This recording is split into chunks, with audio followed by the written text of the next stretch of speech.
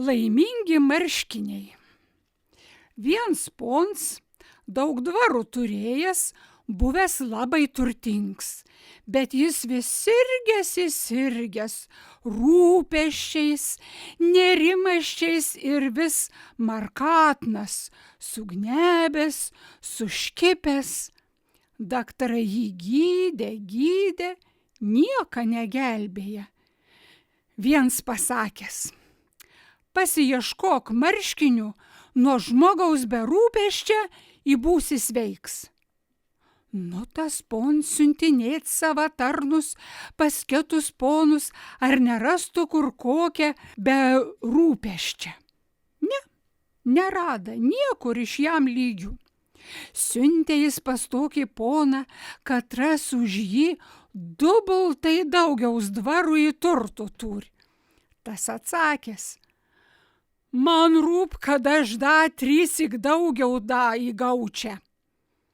Siuntęs da pas kitą, kad ras tribultai viską daugiau už jį turi. Į tas taip pat atsakęs: man rūp, kad aš da 3 daugiau da įgaučia. Taip niekur nieko negavę, jo tarnai grįžta namo ir atradę ant kelio linksmą smagų, bešokinėjantį nudriskusi, nuplyšusi vaikiną. Jo klaus: gal tu, žmogelį, be rūpesčio gyveni, kad taip linksmai smagiai esi?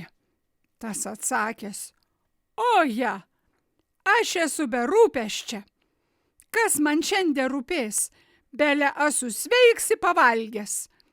Tarnai sušukę: aje, tai labai gerai. Mes seniai tokią ieškom. Tai tu parduok mums savo marškinius, mes tau brangiai užmokėsime.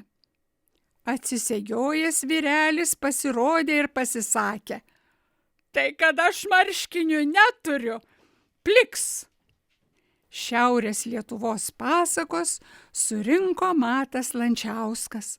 Paskaitė Sofija Jonaitytė. Regina Briedytė. Atvelykis. Prigaudžiau ūkanų tirštų pilną krepšelį, kuriame dar vakar buvo velykės margučiai.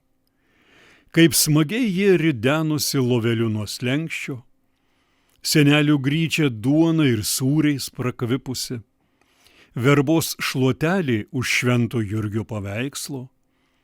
Aukštas tas slengstis, per jį neparsirito, o margučiai rieda ir rieda, susidaužo. Močiutė juos renka į Milo sijono skraistą, vištytėms nuneš, kad vėl padėtų kiaušinį. Išbarstau pelenų spalvos ūkanas iš krepšelio iki kitų šventų Velykų, močiutė. Perskaitė Juozas Šalkauskas.